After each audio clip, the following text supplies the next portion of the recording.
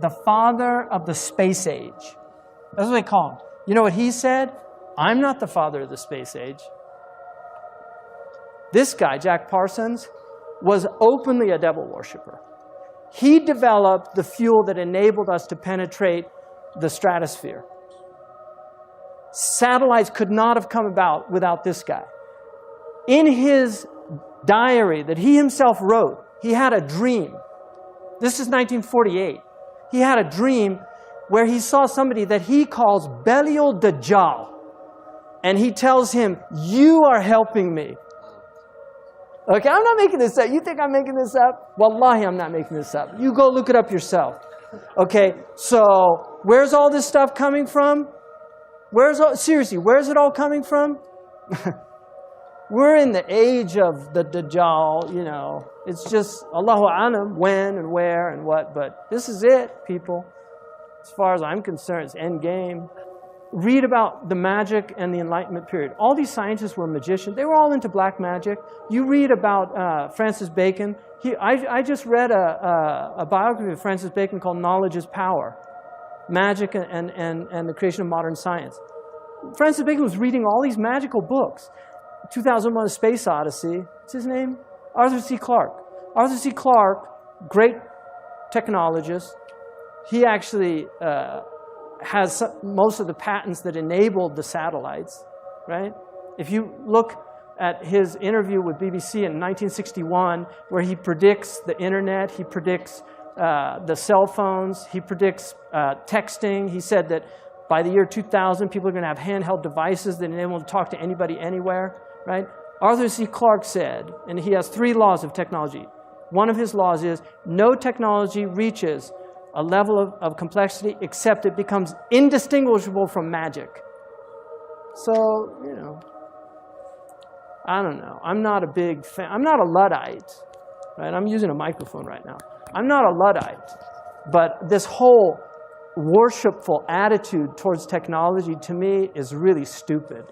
The Illuminati's agenda to use the Apple Computer Company to brainwash the masses in preparation for the transhumanist evolution, as well as prepare them to accept the mark of the beast. The Apple Computer Company is a sinister company being used in the Illuminati agenda to prepare the Antichrist kingdom. So the first thing that you just need to do is look at the logo. It's an apple, and there's a bite out of it. So what are they trying to say and symbolize with this logo? If you look at the official story, you're never going to get the truth. We're dealing with satanic secret societies. They keep everything secret. And so this is a symbol from Apple Computer of satanic Luciferian enlightenment, that godhood can be achieved by a bite out of the forbidden fruit. The first Apple was sold for $666.66. Historical first yesterday, as Apple, maker of MacBooks and the iPhone, of course, became the first public U.S. company to be valued at $1 trillion. It's the company that promised to change the world. Today, it's iPhones and other products the center of life on the go. Now, Apple making history as the world's first $1 trillion company. Now, this is an HP commercial, and as you can see, for those of you who study the Illuminati, you understand the transhumanist agenda. They believe that at some point they will become gods by merging themselves with technology. It's called the singularity. Ray Kurzweil, a Google executive, is actually saying that by 2045 we will achieve what he calls singularity, man merging with machine, therefore man evolving into a god. And here we have Dr. Dre promoting this transhumanist agenda. Later on in the commercial, the Beats by Dre conveniently comes here, and I mean, it's blatant, 666, the number of the beast.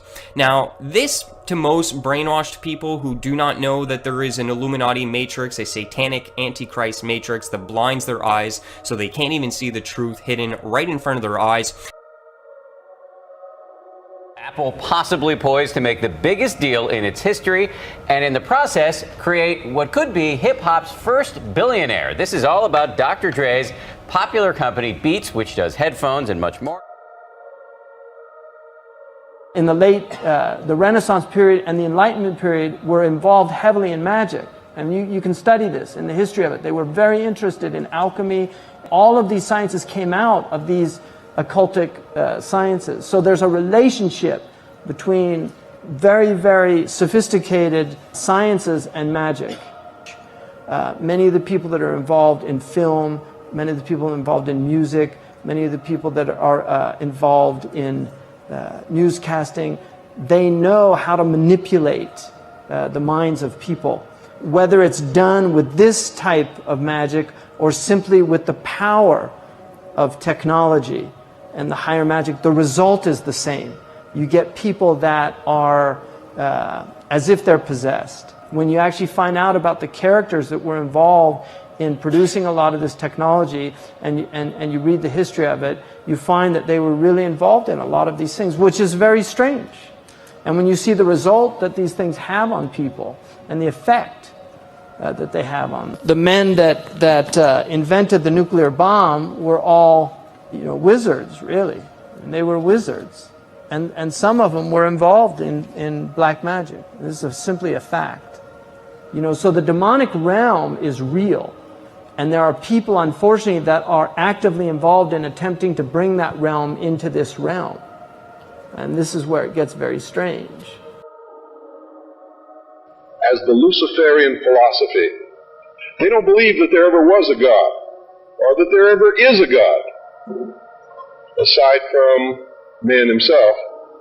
And man has not reached that state yet, but this is what they teach in the lodges, that if you perfect yourself as the temple of the God within, we've all heard this in the New Age movement, you too can become God.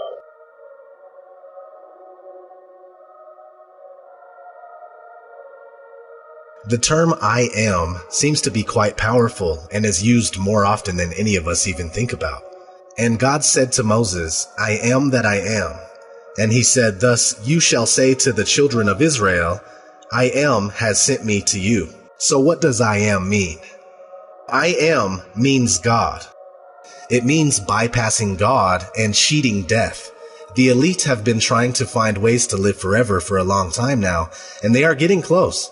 I am means hijacking God's creation and changing it so it can defy death, which is not natural. We are meant to live and die. It's as simple as that. Is anyone familiar with the pop star Will I Am? He is admittedly a futurist, meaning that he is big on the development of future technologies. Not to say that this is inherently bad, but when you understand what I am actually means, then it changes your perspective pretty quickly. Will I Am owns a company called I Am Plus. When you go to the About section of I Am Plus, it says this: I Am Plus is a Hollywood-based technology company. Our vision is to create a community of creatives and coders, and believe that through music and technology as the first step, we can usher in a powerful new era built on AI. Artificial intelligence, of course. So this is obviously a pro-transhumanism company. Not to mention, H+ is the abbreviation for transhumanism, and there is a magazine called H+, dedicated entirely to transhumanism. Will I Am seems like a harmless pop artist that makes music for little kids, but it goes much deeper than that. In fact, when you really pay attention to his music videos, you see a lot of transhumanist symbolism. It even shows in his work with the Black Eyed Peas. Let's start with Beyonce and her album, I Am... Sasha Fierce. So I looked around a little, and sure enough, I found an ad for the Beyonce 2009 I Am tour, with her portrayed as a cyborg.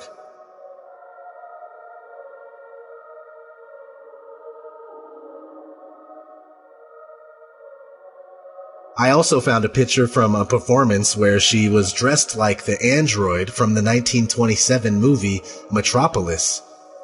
In fact, Metropolis is one of the very first dystopian movies about transhumanism, and still shows up in a lot of today's pop music. In the movie, there is an inventor who creates a machine man that he considers to be the man of the future. The android has the ability of taking the form of any person, and the inventor says that no one will be able to tell a machine man from a mortal. It blows my mind that the transhumanist dream was already present back in the 1920s. And today we see Beyonce, Kylie Minogue, Janelle Monáe, Christina Aguilera, Lady Gaga, and many more paying homage to the metropolis, whether they are in the know or not. Let's check out a company called Humai. This company is dedicated to figuring out how to upload people's consciousness into computers in order to live forever. What's interesting is that Humai backwards says I am. You can't make this stuff up. One of the people that work there is Kate Aquino. She's listed as a futurist and she's all over the internet under the handle Miss Metaverse, pushing the transhumanist agenda. Her father happens to be Michael Aquino, a satanic high priest and founder of the Temple of Set. But not only that, he was a lieutenant colonel for the United States military at the same time, and the military was fully aware. Here's an old newspaper article about Michael Aquino with the title "Devil Worshipper Holds Sensitive Army Post and Top Brass Says No Problem." Here he is hanging out with Anton LaVey, the founder of the Church of Satan. And it doesn't matter if you believe in that kind of stuff. The scary thing is that they do believe it, and they are acting on it. One day, everything in this world that was once natural will be synthetic and without a soul. And they are knowingly and actively corrupting his creation to the core. At least that's what they think.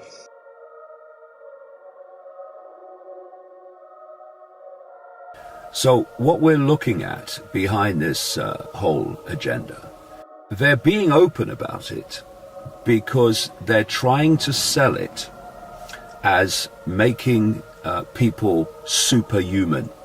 The whole term singularity refers to a point where artificial intelligence becomes greater in thinking potential than human consciousness, the human conscious mind. Of course, it's complete nonsense, because the opposite is the case. It's not about making people superhuman. It's about making them subhuman. It's about the end of humanity as we know it in terms of anything. That is the entire agenda of this transhumanist nightmare which is unfolding around us, and which the Singularity University here is pushing and pushing and pushing, and Kurzweil and co are pushing and pushing and pushing. Here's the way they look at it. Here's their metaphor. Adam and Eve were held prisoner in the Garden of Eden by an unjust, cruel, and vindictive God until Lucifer set man free from this garden by giving him the gift of intellect. Through the use of intellect, man will conquer the earth, will conquer nature, and will himself become God. It's taught in every Masonic temple in this land. Every secret brotherhood, every secret society, every mystical temple, every occult organization teaches the Luciferian philosophy.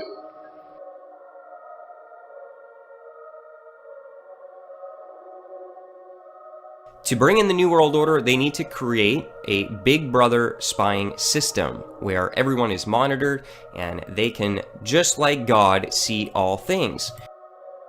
People think of Google primarily as a search engine on the internet, which first of all gives it enormous power because of its domination of the search engine arena, because through algorithm codes and other technology and methods, they can manipulate the stories that appear most prominently on their search engine lists.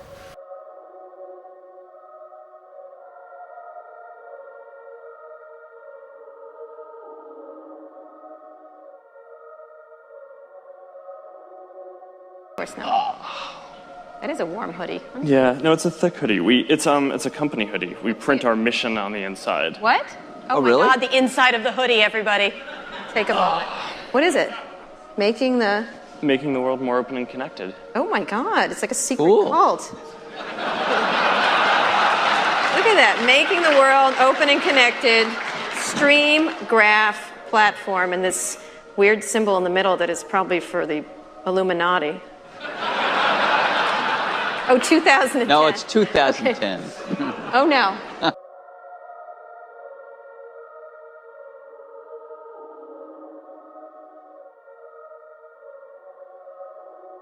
Here's the way they look at it. Here's their metaphor. Who brought man the gift of fire? They believe Lucifer. What was the gift of fire? Knowledge, intellect. Hasn't man created industry, culture, society, science from the use of one solitary thing? Fire. That the discovery or invention or harnessing of fire was one of the great scientific and technological discoveries in all of human history. Fire, to a great extent, made human civilization possible. Fire made it possible. There was no Bronze Age without fire. No Iron Age without fire. No Industrial Revolution without fire. The advances of science and technology are greatly dependent on the human ability and capacity to take fire and use it for human good. Fire makes it possible for us to text and tweet and email and Instagram and Facebook and socially be dysfunctional with each other. بلى من كسب سيئة وأحاطت به خطيئته فأولئك أصحاب النار هم فيها خالدون